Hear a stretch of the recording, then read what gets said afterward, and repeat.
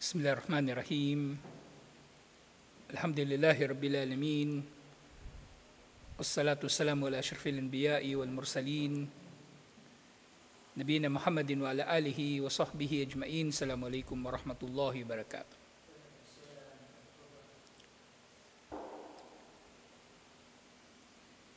So inshallah, sirah. So tiyatalakin na natin yung kasaysayan ng pag-Muslim ni Omar bin Khattab radhiyallahu anhu. At nababanggit dito yung ilan pa sa mga ulat tungkol dito. So sinabi, wa kana min jiddati tab'ihi wa farti adawatihi li Rasulillahi sallallahu alaihi wasallam annahu kharaja yawman mutawasshihan sayfahu yuridu al-qada ala nabi sallallahu alaihi wasallam. Nasa sobrang pagkamuhi raw ni Omar bin Khattab radhiyallahu anhu kay Propeta Muhammad sallallahu alaihi wasallam, isang araw ay lumabas siya at nakasukbit na ang kanyang espada na ang kanyang layunin ay ang patayin na si Propeta Muhammad sallallahu alaihi wasallam. At habang siya ay nasa daan, falakiyahu Naim o si Nuaim bin Abdullah An-Nahamu Al-Adawi. So nasalubong daw niya si Nuaim bin Abdullah aw rajulun min Bani Zahra. So sa iba pang ulat na babanggit naman na ito ay isa sa lalaki na mula sa Banu Zahra, isa sa mga angkan ng Quraysh, aw rajulun min Bani Makhzum, o isa pa sa angkan ng Quraysh na nasalubong ni Omar bin Khattab radhiyallahu anhu, at tinanong siya nito. Sabi ng lalaki, ay nata'amadu ya Omar, saan ka papunta o Omar? So tinanong ito ng lalaki kasi maaring nababanaag niya kay Omar na may kakaiba sa kanyang kinikilos, lalong-lalo na ito ay mayroong dalang espada. Qala, sabi ni Omar, uridu an aktula Muhammada. Nais daw niya na patayin si Propeta Muhammad sallallahu alaihi wasallam. So naging prangka at hayag ang sagot ni Omar bin Khattab radhiyallahu anhu na nababagay lamang sa kanyang personality. Wala siyang kinatatakutan sino man. Sabi ng lalaki na salubong niya, na si mga ulat si Nuaim, kayfa ta'man min Bani Hashim wa min Bani Zahra wa kad katalta Muhammada. Sabi ng lalaki, binabalaan niya si Omar tungkol dito. Paano ka magiging ligtas mula sa Banu Hashim at sa Banu Zahra sa pagpatay mo kay Muhammad sallallahu alaihi wasallam? Ibig niya sabihin, paano ka magiging ligtas sa paghihiganti ng Banu Hashim na father side ni Propeta Muhammad sallallahu alaihi wasallam at Banu Zahra, yung mother side ni Propeta Muhammad sallallahu alaihi wasallam.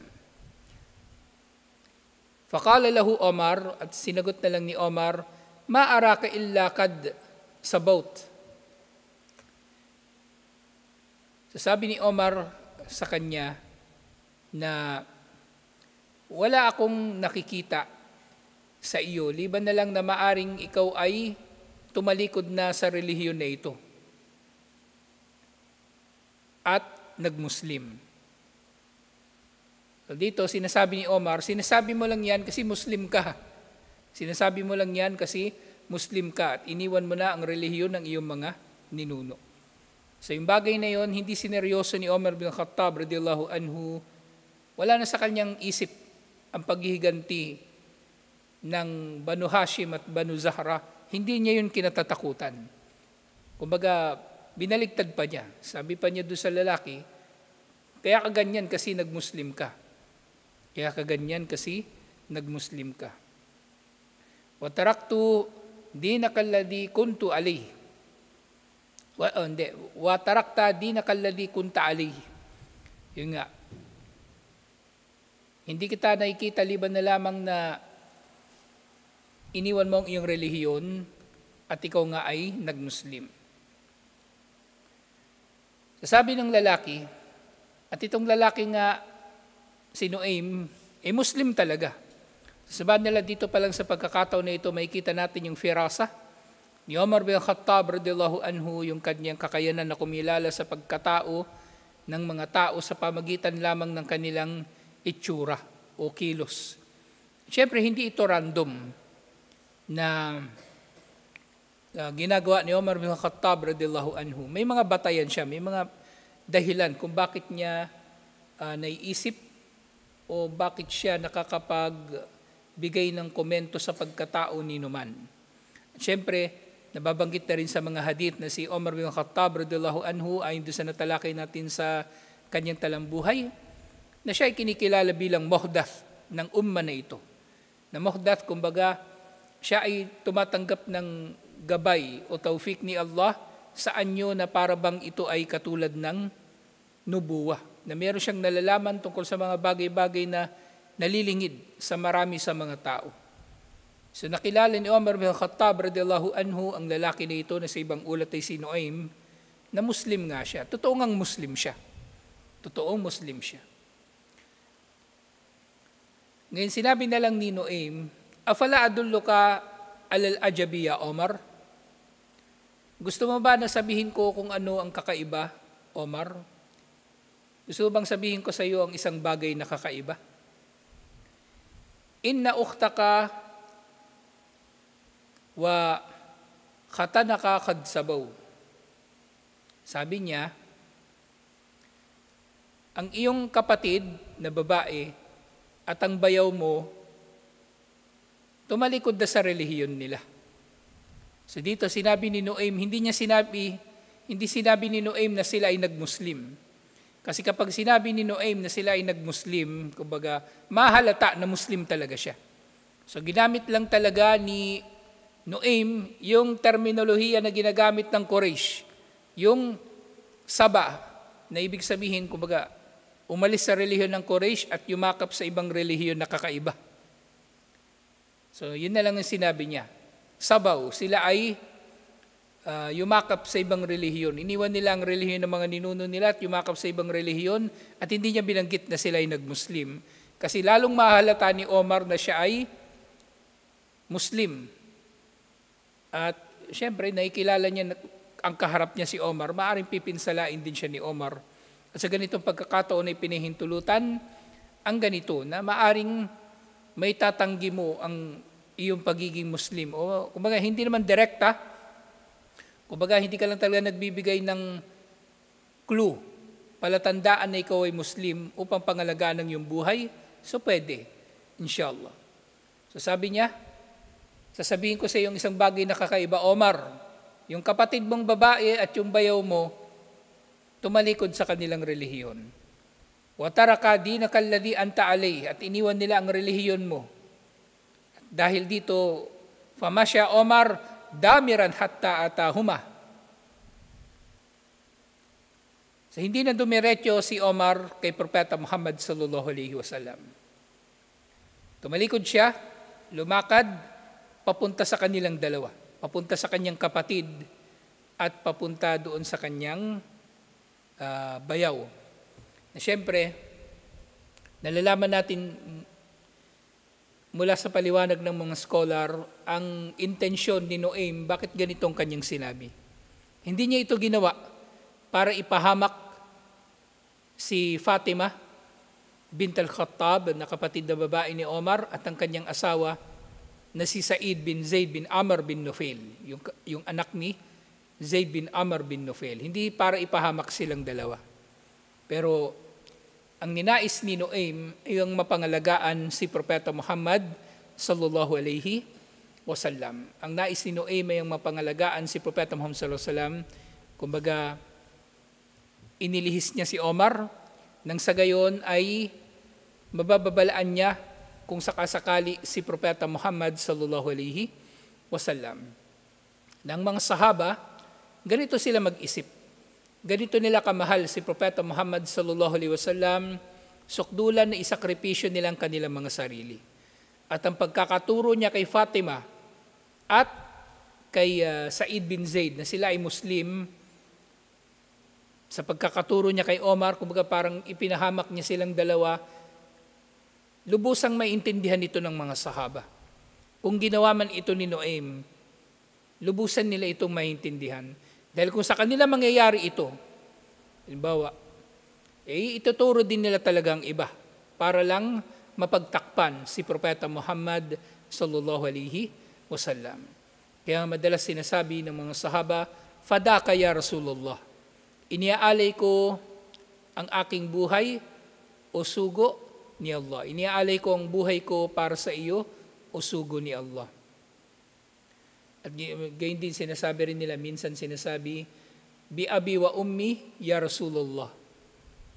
Kumbaga, nakahanda sila na isakripisyo ang kanilang nanay at tatay para kay Propeta Muhammad sallallahu alaihi wasallam. Pero syempre, sinasabi lang nila yun, expression nila yun. Pero hindi ibig sabihin na, kumbaga, literal na ipapahamak nila. Pero kung darating sa sukdulan na katulad nito, na maaring mapapahamak ang ilang sahaba para lang mailigtas si Propeta Muhammad sallallahu alaihi wasallam, gagawin nila ito. At syempre, ito nga yung pagsasakatuparan, ito yung tagpo ng pagkakasakatuparan ng mga sahaba, kung paano nilang higit na minamahal si Propeta Muhammad sallallahu alaihi wasallam kaysa sa kanilang mga sarili.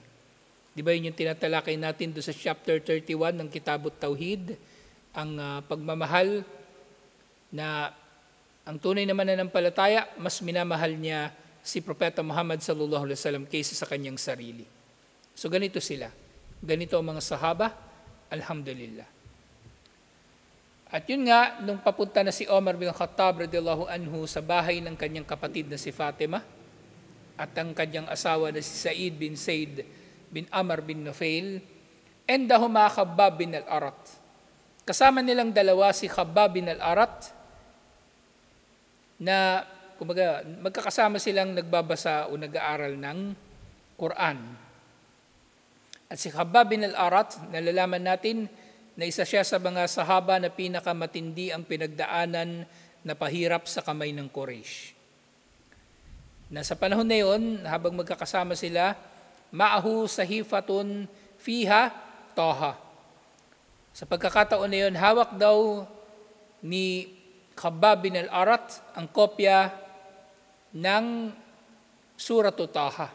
Yakra'uha iyaha, na binabasa raw ito ni Khabbab bin al-Arat sa kanila. Wa kana yakhtalifu ilayhima wa yukri'uhuma al-Quran. Na binabasa ni Khabbab bin al-Arat sa kanilang dalawa ang Quran, at this time ang binabasa niya sa kanila ay ang Suratul Taha, at madalas nila itong ginagawa.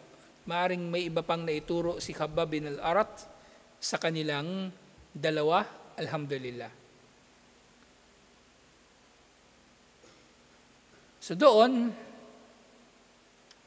falamma sami'a Khabbab hassa Omar tawari fil bait.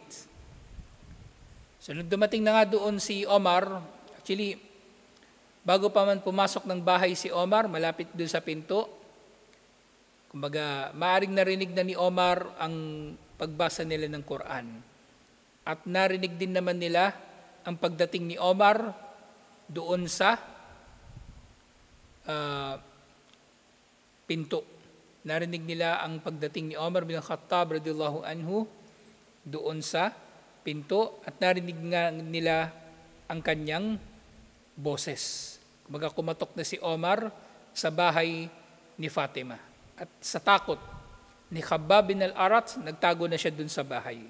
Naghanap na siya ng matataguan doon sa loob ng bahay. Wasatarat Fatima ukhtu Omar as-sahifa. At tinakpan, itinago ni Fatima yung kopya ng Quran na nasa papel. Wa kana qad sami'a hina dana min al-bayti qira'at Khabbab ilayhima. Pero nga, nung papalapit pa lang si Omar doon sa bahay nila, naririnig na niya ang pagbasa ni Khabbab bin al-Arat para sa kanilang dalawa. Falamma dakhala alayhima qala, at nang pumasok na si Omar doon sa bahay, sinabi niya sa kanilang dalawa, ma hadihil Hinama allati sami'tuha indakum. Ano itong narinig ko na boses o ano itong narinig ko na pagbasa o kumbaga bulong-bulong o anumang tunog na narinig ko mula sa inyong dalawa. So hindi na nagpaligoy-ligoy si Omar bin Khattab radiyallahu anhu. Gusto niyang malaman talaga, totoo ba na nagmuslim si Fatima at si Sa'id bin Zaid at maaring ito yung batayan na hinahanap niya kung totoo nga na silang dalawa ay nagmuslim. Faqala ma ada hadithan tahaddathnahu bainana. Sabi nilang dalawa, nina Fatima at Said, wala kaming ibang ginagawa liban na lamang sa nag-uusap. Kumbaga, wala kang ibang narinig, Omar, liban na lang sa pinag-uusapan naming dalawa na ilang mga bagay. Nag-uusap lang kami rito. Yun ang narinig mo, Omar. Sabi ni Omar, فَلَعَلَّكُمَا قَدْ سَبَوْتُمَا. So sabi ni Omar, hindi ba kayong dalawa ay nagmuslim na? فَقَالَ لَهُ khatanuhu, at sinabi ng bayaw ni Omar, Ya Omar, araita in kana al-haqqa fi gayri dinik? Omar, naisip mo ba, paano pa kaya, Omar, naisip mo ba paano kaya kung ang katotohanan ay nasa iba pang relihiyon, liban pa sa relihiyon mo? Kumbaga, hindi direktang sinagot ni Said, hindi direktang sinagot ni Sa'id bin Zaid bin Amr bin Nufail si Omar. Pero binigyan niya si Omar ng bagay na pag-iisipan nito. Kumbaga, namimili siya ng isasagot kay Omar ng mga pananalita na kumbaga hindi magpapainit lalo ng ulo ni Omar. Kaya niya napili na sabihin ang bagay na ito. Gusto niyang mag-isip si Omar. At sa totoo niyan, maaring batid na nila ang dua ni Propeta Muhammad sallallahu alaihi wasallam na gusto talaga ni Propeta Muhammad sallallahu alaihi wasallam na mag-Muslim si Omar bin Khattab radiyallahu anhu. Kaya ganitong nasabi ni Sa'id bin Zaid bin Amr bin Nufail. Ano masasabi mo, Omar, kung halimbawang ang katotohanan ay nasa iba pang relihiyon, liban pa sa relihiyon mo? Pero hindi na sumagot si Omar. Fawathiba Omar ala khanatihi fawata'ahu wata'an syadidan. Hindi na sumagot si Omar sa sinabi na ni Sa'id bin Zaid bin Amr bin Nufail. Sa palagay mo, Omar, ano masasabi mo kung ang katotohanan ay nasa iba pang relihiyon, liban pa sa relihiyon mo? Sinampal ni Omar o sinuntok ni Omar ang muka ni Sa'id bin Zaid bin Amr bin Nufail ng matinding pagsampal o pagsuntok. Kumbaga, sinaktan na niya talaga ang kanyang bayaw ng matinding pananakit. At habang ginagawa yun ni Omar, faja'at uktuha farafa'athu an zawjiha. Habang sinasaktan ni Omar, kumbaga hindi lang isang beses na sinuntok ni Omar si Sa'id bin Zaid. Kumbaga, habang nangyayari yon, umawat si Fatima at inilalayo si Omar sa kanyang asawa. Fanafahaha nafhatan biyadihi. At nasampal din o nasuntok naman ni Omar yung kanyang kapatid sa pamagitan ng kanyang kamay. Fadama wajhaha. At dumugo ang mukha ni Fatima sa sobrang lakas ng pagkakasampal sa kanya o pagkakasuntok din sa kanya ni Omar. Wa fi riwayati Ibn Ishaq annahu darabaha fashajjaha. At sa iba pang ulat, sa inulat ni Ibn Ishaq, nasampal nga raw ni Omar ang kanyang kapatid at ito ay nasugatan. Nasugatan ito sa kanyang mukha o sa iba pang bahagi ng katawan at syempre ito ay dumugo. Faqalat wahiya asbah, at sinabi ni Fatima radiyallahu anha kay Omar habang siya ay galit sa ginawa na yon ni Omar bin Khattab radiyallahu anhu, Sinabi ni Fatima sa kanya, faqalat wa hiya ghadban, ya Omar, in kana al-haqqa fi ghayri dinik, ashhadu an la ilaha illallah wa ashhadu anna Muhammadan Rasulullah.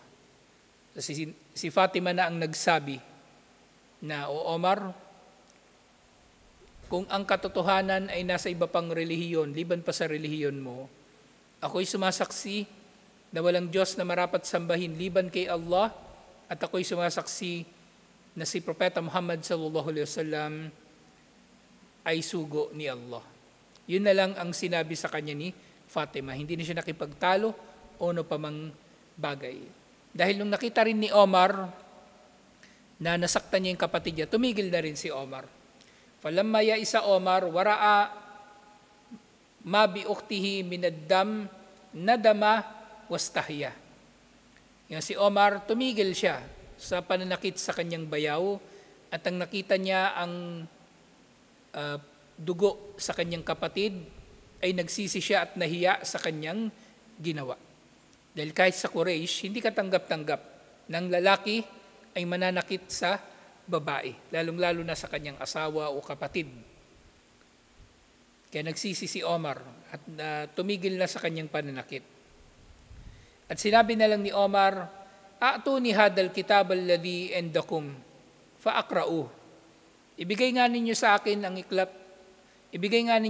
ang aklat na hawak ninyo at gusto kong basahin ito. Faqalat ukhtuhu, at sinabi ni Fatima, innaka rijz.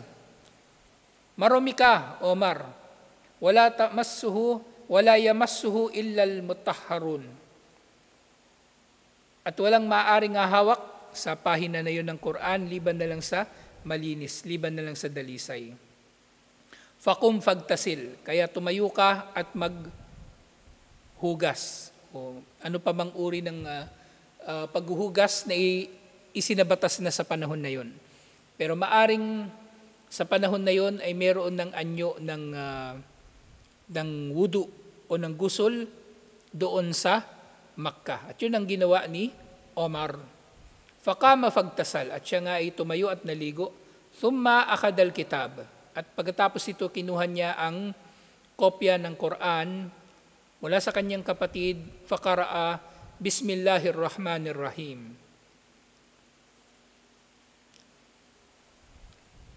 At ang naging tugon ni Omar nang binasa niya ito, sa ngalan ni Allah ang maawain, ang mahabagin, asma'un tayyibatun tahira. Ang mga ito raw ay mga pangalan na mabubuti at dalisay. Ang pangalang Allah, Ar-Rahman at Ar-Rahim. Tatlong pangalan ni Allah. Thumma qara'a Taha hatta intaha ila qawlihi innani ana Allah la ilaha illa ana fa'budni wa aqimis salata lidhikri. So binasa ni Omar ang Surat Taha na naroon sa kopya na yon, mula sa unang aya hanggang sa ika-14 na aya. At ang dumating siya doon sa ika-14 na aya, sinabi ni Allah, innani anallah, tunay na ako si Allah, la ilaha illa ana, walang Diyos na marapat sambahin liban sa akin, fa'budni, kaya marapat lamang na sambahin mo ako, wa aqimis salata lidhikri, at itaguyod mo ang pagdarasal bilang pag-aalaala sa akin. Ang nasabi na lamang ni Omar nang nabasa niya ito, ma'ahsana hadal kalam wa akrama. So sabi ni Omar, napakainam ng pananalita na ito at napaka marangal. So itong naging komento ni Omar bin Khattab radhiyallahu anhu sa kanyang nabasa. Na kumbaga dito ay nagkaroon na ng epekto ang Quran sa puso ni Omar bin Khattab radhiyallahu anhu. At pagkatapos ito, wala na siyang ibang sinabi o ginawa. Sinabi na lang niya, dulluni ala Muhammad. Ituro niyo sa akin kung nasaan si Muhammad, o kumbaga gabayan ninyo ako patungo kay Muhammad, o samahan ninyo ako patungo kay Muhammad sallallahu alaihi wasallam. At yung panghuling nangyari doon sa pagtitipon nila na yon, falamma sami'a Khabbab qawla Omar kharaja min al-bayt. At ang narinig ni Khabbab, ang sinabi na ito ni Omar, lumabas siya doon sa kanyang pinagtataguan sa bahay na yun. Faqala, abshir ya Omar, tanggapin mo ang magandang balita o Omar. Fa inni arju an takuna da'wat ar-rasuli sallallahu alaihi wasallama laka laylatal khamis. Sabi ni Khabbab bin al-Arat, tunay na hinahangad ko, inaasam ko talaga na matupad ang dua ni Propeta Muhammad sallallahu alaihi wasallam noong Huwebes ng gabi. Tinutukoy dito siyempre para sa atin Miyerkules ng gabi, pero Laylatul Khamis, ito yung kasi ang gabi, sa gabi nagsisimula ang araw sa kalendaryo natin na Hijri. So sabi raw ni Propeta Muhammad sallallahu alaihi wasallam ayon sa iniulat ni Khabbab bin al-Arat, Allahumma a'izzil Islam bi Omar bin al-Khattab o bi Abi Jahal bin Hisham. So dua daw ni Propeta Muhammad sallallahu alaihi wasallam, O Allah, parangalan mo, gawin mong marangal ang Islam sa pamagitan ni Omar bin al-Khattab o sa pamagitan ni Abu Jahal bin Hisham. Na iniulat ito ni Khabbab bin al-Arat sa kanya. At ito na ang pagkakatugon ni Allah sa dua ni Propeta Muhammad sallallahu alaihi wasallam na pinili ni Allah ang mas dakila, mas marangal at mas kamahal-mahal sa kanya sa dalawang lalaki na ito. Mas pinili niya si Omar bin Khattab radhiyallahu anhu kaysa kay Amr bin Hisham, kay Abu Jahal na namatay na hindi mananampalataya. So ito yung dulo ng tala na ito. At susunod inshallah, matatalakay na natin yung pagtungo na nga ni Umar bin Khattab radhiyallahu anhu kay Propeta Muhammad sallallahu alaihi wasallam at naroon siya sa Darul Arqam. Alhamdulillah. So tutuloy natin ito inshallah. Assalamualaikum warahmatullahi wabarakatuh.